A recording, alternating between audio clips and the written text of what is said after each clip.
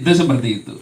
Nah, ini hal yang harus harus senantiasa dilakukan oleh seorang suami, yaitu mengingat-ingat kebaikan daripada pasangan kita.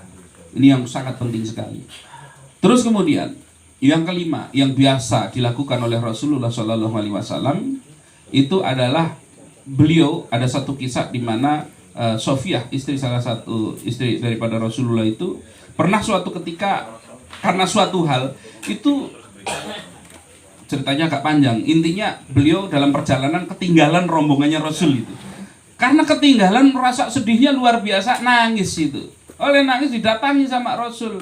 Kemudian kemudian Rasulullah itu menemani sampai dengan dia itu sampai dia itu diam nangisnya, dia terus menghibur dan seterusnya.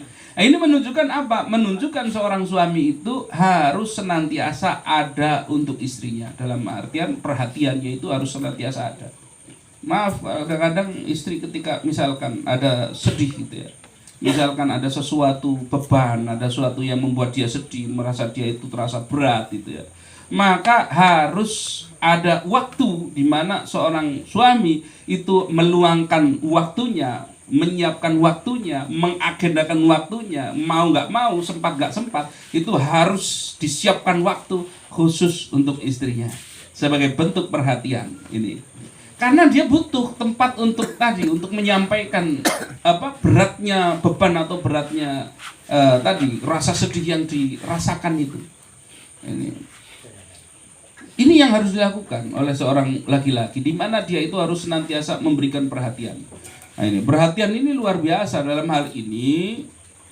Urusan perhatian itu tadi bukan kalau ada sedih itu kadang-kadang laki-laki, karena laki-laki itu secara perasaannya itu memang lebih kaku itu ya. Misalkan ada hal kecil, istri itu sedih, nangis itu, suaminya bilang gitu aja nangis itu.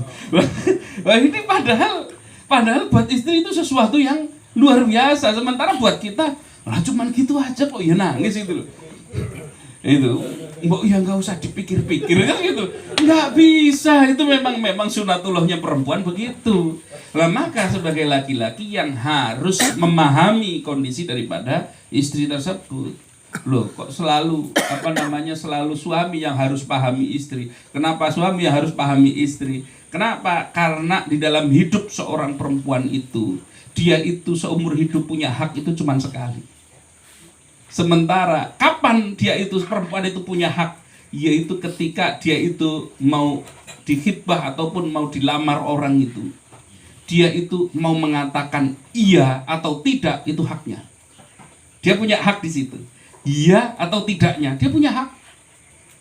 Begitu dia sudah nikah, sudah, maka hak tentang kehidupannya ada di suaminya. Ini jadi dia cuma punya hak sekali, Dok. Nah, seumur hidupnya setelah itu dia menjadi haknya daripada suami tersebut. Maka wajar ketika seorang suami lah dia itu bertanggung jawab untuk memberikan pendidikan, memberikan bimbingan, memberikan perhatian kepada istrinya. Wajar ini, karena seorang suami itu tadi sebagai imam daripada seorang perempuan. Nah, ini maka ini hal-hal yang perlu dilakukan oleh seorang suami terhadap istrinya. Adapun secara teknis di dalam komunikasi terhadap kalau komunikasi itu terhadap istri itu sebenarnya kemarin sudah saya sampaikan ya, itu sedikit saya sampaikan, saya ulang lagi. Masih ingat apa enggak kemarin? Kalau kita mau berkomunikasi, entah ketika kita ada problem, khususnya ada problem. Ketika kita ada problem dengan istri, maka ada beberapa langkah yang memang harus dilakukan supaya kita di dalam berkomunikasi itu tidak menimbulkan justru malah bertambah masalah dengan kita itu berbicara dengan istri. Yang pertama itu yang harus difahami, kalau memang ada problem di antara suami istri, misalkan sering berbeda pendapat ataupun bahkan yang parah itu sering cekcok gitu. Ketika seorang suami istri mereka itu sudah sering berbeda pendapat, yang satu kalau A, yang satu B, kalau yang satu putih, yang satu hitam, itu senantiasa sering banget berbeda pendapat. bahkan sampai cekcok, maka akan muncul di dalam pikiran itu namanya mental block. Mental block ini adalah dia itu sudah memberikan penilaian bahkan sebelum terjadinya komunikasi.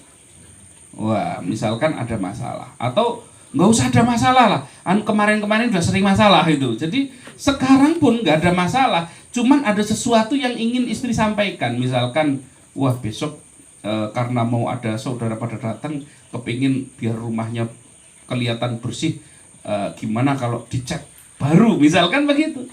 Hal yang sepele begitu kepingin disampaikan sama suami, begitu wah suami pulang dari jauh datang, itu di pikiran istri mau tak sampaikan, mesti nanti ngeyel ini orang, mesti ngeyel, mesti ribut ini. Jadi di pikiran istri itu dia sudah meyakini nanti mau ribut ini. Lah begitu buka pintu suami istrinya keluar, nah, suaminya udah paham nih keluar mesti mau ngomong, ah ini mau apa ini mesti mau ada masalah ini.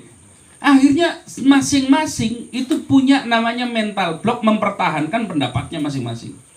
Lah kalau sudah seperti ini, komunikasi itu kalau bahasa rapat itu deadlock gitu, nggak bisa lanjut, mesti macet, nggak bakal ketemu, mau sampai kapan nggak bakal ketemu.